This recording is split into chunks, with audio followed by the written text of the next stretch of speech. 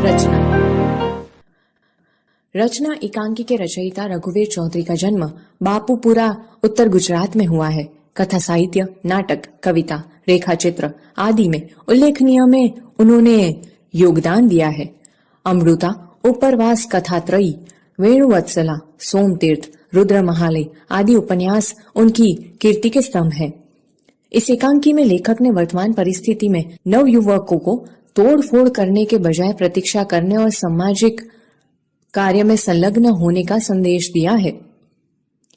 शाम का समय है। ग्राम पंचायत के कार्यालय के बंद दरवाजे के पास बैठा चौकीदार जमाई ले रहा है।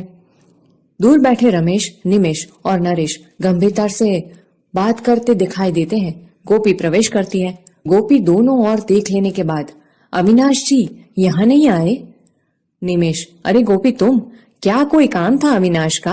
गोपी, खास तो नहीं, पर कल उन्होंने वादा किया था कि आज इसी समय वे मुझे प्रसाद जी की कविता समझाएंगे।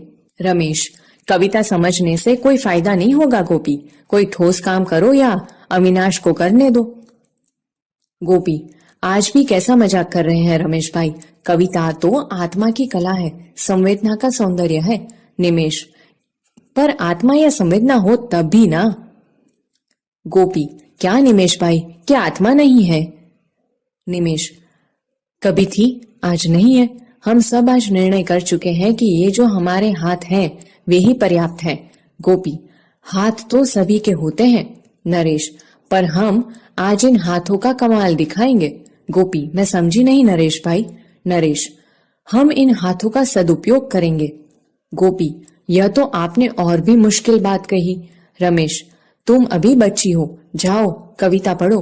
गोपी, सो तो आपकी सलाह के बिना भी पढ़ूंगी, लेकिन सचमुच आप अपने हाथों का सदुपयोग करने जा रहे हैं तो इच्छा होती है कि मैं भी साथ क्यों न दूं। रमेश, तुम्हारे हाथ अभी कोमल है बहिन, जाओ। अविनाश से मैं कहूंगा कि तुम आई थी, जाओ, मगर हाँ, उसका इंतजार मत करना। आज हम यहाँ से हटने वाले नहीं हैं, न तो पंचायत के किसी सदस्य को हटने देंगे जब तक वे हमारे सभी सवालों का जवाब न दे दे। गोपी, जवाब क्यों नहीं देंगे? जो लंबा भाषण कर सकता है उसके लिए जवाब देना तो बड़ा आसान होता है। नरेश, आसान होता तो वे यहाँ आकर हमसे बात न करते। खड़ा होकर चौकीदार की ओर जाता है। देखो तो सही, दरवाजा बंद करके सभी भीतर बैठे हैं, नालायक उल्लू के पट्टे। निमेश, अब शब्दों के उपयोग पर अविनाश का प्रतिबंध है, याद रखो। नरेश, तभी तो हम अभी तक शांत हैं। कितनी बार तो हमने प्रार्थना पत्र दिए, कितने दिन तक प्रतीक्षा की, आखिर हार कर आज उपवास पर बैठे हैं। रमेश, नरेश की बात को आगे बढ़ाते हुए, ठीक 2 घंटे पहले उनकी मीटिंग शुरू हुई थी। बीच में हमने बार बार कहलवाया कि हमको अंदर बुलाओ या बाहर आकर हमसे बात करो, बस जवाब ही नहीं दिया। नरेश, जैसे हमारी हस्ती ही उन्हें कबूल नहीं। रमेश, ऐसा तो नहीं है, पर वे जानते हैं कि पिंजरा पोल के मवेशियों की तरह ये कुछ नहीं कर सकते। नरेश ऊंची आवाज में, हम कुछ नहीं कर सकते? निमेश, जवाब तलब कर सकते हैं। रमेश गोपी से, आखिर सदस्य साहबों ने कहलवाया कि तुम चाहो तो शिष्ट भाषा में आवेदन पत्र दे सकते हो। गोपी, बड़ी मेहरबानी की उन्होंने, पर क्या आप शिष्ट भाषा का उपयोग कर सकेंगे? नरेश, अविनाश कर सकता है। हमने कहा कि जाओ भाई, एकांत में बैठकर संस्कृत प्रचुर भाषा में लिख लाओ, पर बड़ी देर की। रमेश, शिष्ट शब्द खोज रहा होगा। गोपी, आप उनकी मदद करते तो अच्छा होता। नरेश, बस हमने मैटर दे दिया है। गोपी, मैं जान सकती हूँ? नरेश, क्यों नहीं, सारा गांव जानता है। इन सदस्य महोदय ने बेशर्म होकर भ्रष्टाचार के कई मामलों में जो सहयोग किया है।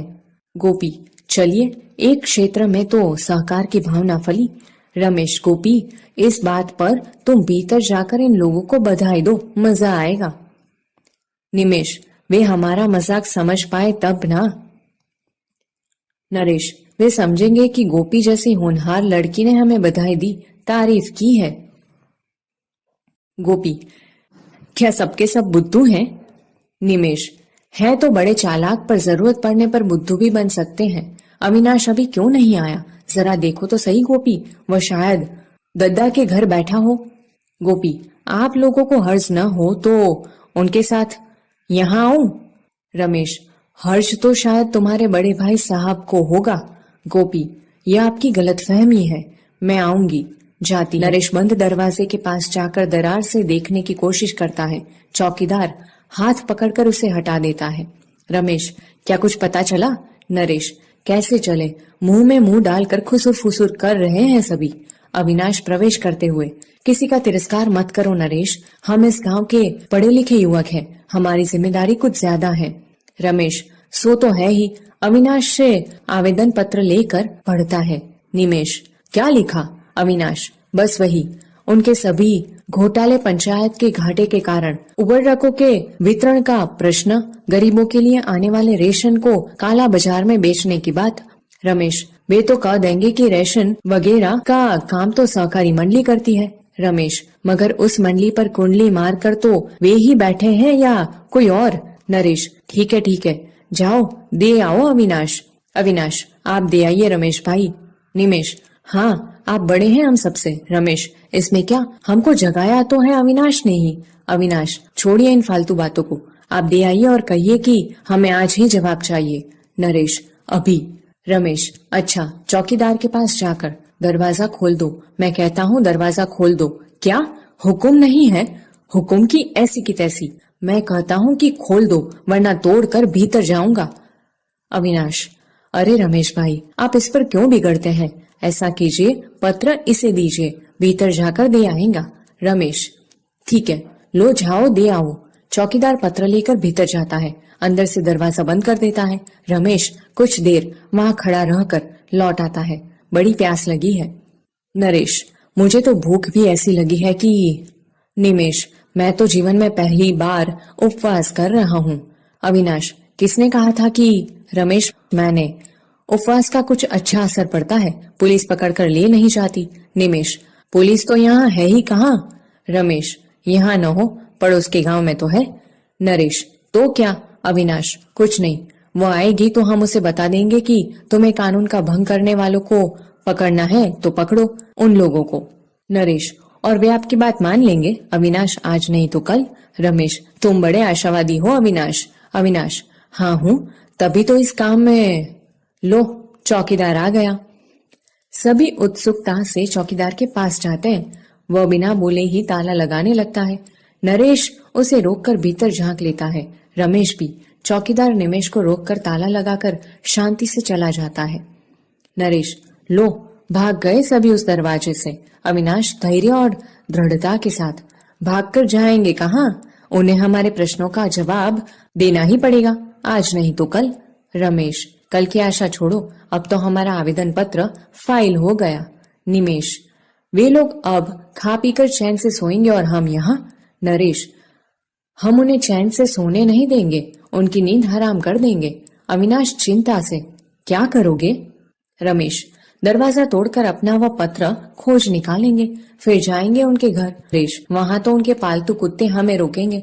मेरा ख्याल है कि हाथ में पत्थर लेने का अभिनय करता हुआ। रमेश, ठीक है, पथराव की बात सुनकर सभी दौड़े आएंगे। पत्थर उठाता है। निमेश, चलिए अविनाश भाई, उठाइए पत्थर। अविनाश, मजाक छोड़ो। रमेश, इसे तुम अभी मजाक समझ रहे हो? वाह रे पंडित, चलो उठाओ पत्थर, एक साथ वार करे। अविनाश, नहीं, यह असंभव है, हम इस मकान को तनिक भी नुकसान नहीं पहुंचा सकते, जो हमारा ही है उसे। रमेश, अभी इसी भ्रम में हो कि यह हमारा है। चलो नरेश, निमेश, देर क्यों कर रहे हो? तीनों कुछ कदम आगे बढ़कर पथराव करते हैं। अविनाश, रुक जाओ, मैं कहता हूँ रुक जाओ, तुम नहीं जानते हो कि तुम क्या कर रहे हो, रुक जाओ वरना। नरेश, वरना क्या? तुम्ही ने तो हमें इसके लिए भड़काया था। अविनाश, भड़काया नहीं था, जगाना चाहा था, शायद वह मेरी गलती थी, मुझे आपसे ऐसी उम्मीद नहीं थी। रमेश भाई, कम से कम आपसे तो।